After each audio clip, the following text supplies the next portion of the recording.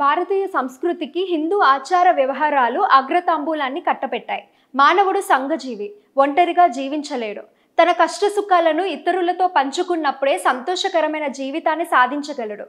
సాధారణంగా ఒక వ్యక్తి జీవితం బాల్యంలో తల్లిదండ్రులు, ఆ తరువాత స్నేహితులు, యవ్వనంలో జీవిత భాగ్యస్వామితో గడుస్తుంది.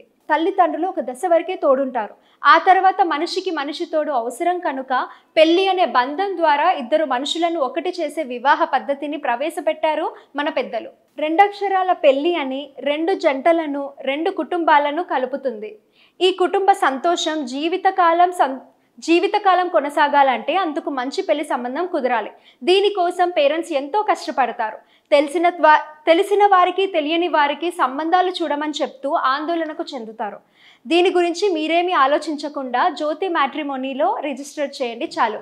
నమ్మకం మీది, బాధ్యత మాది అంటూ మీరు కోరుకున్నట్లుగా, మీరు నచ్చినట్లుగా, మీరు మెచ్చే సంబంధాన్ని మీ ముందుకు తీసుకొస్తుంది జ్యోతి మ్యాట్రిమోనీ. ఇప్పటి వరకు 10,000 పైగా పెళ్లి సంబంధాలను కుదిర్చి ఆ దంపతులకు, వారి తల్లిదండ్రులకు ఆనందకరమైన జీవితానికి బాటలు వేసింది జ్యోతి మ్యాట్రిమోనీ. మరి ఇంకెందుకు ఆలస్యం?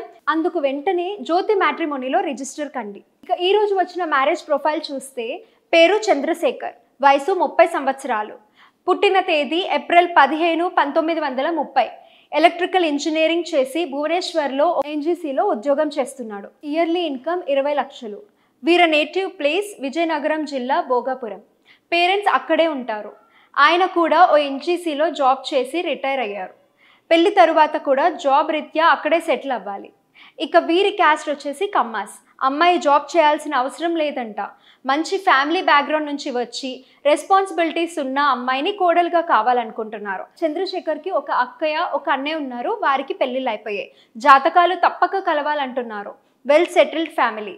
చూసారుగా చంద్రశేఖర్ మ్యారేజ్ ప్రొఫైల్. ఈ ప్రొఫైల్ పై ఎవరికైనా ఆసక్తి ఉంటే జ్యోతి మ్యాట్రిమోనీని సంప్రదించండి.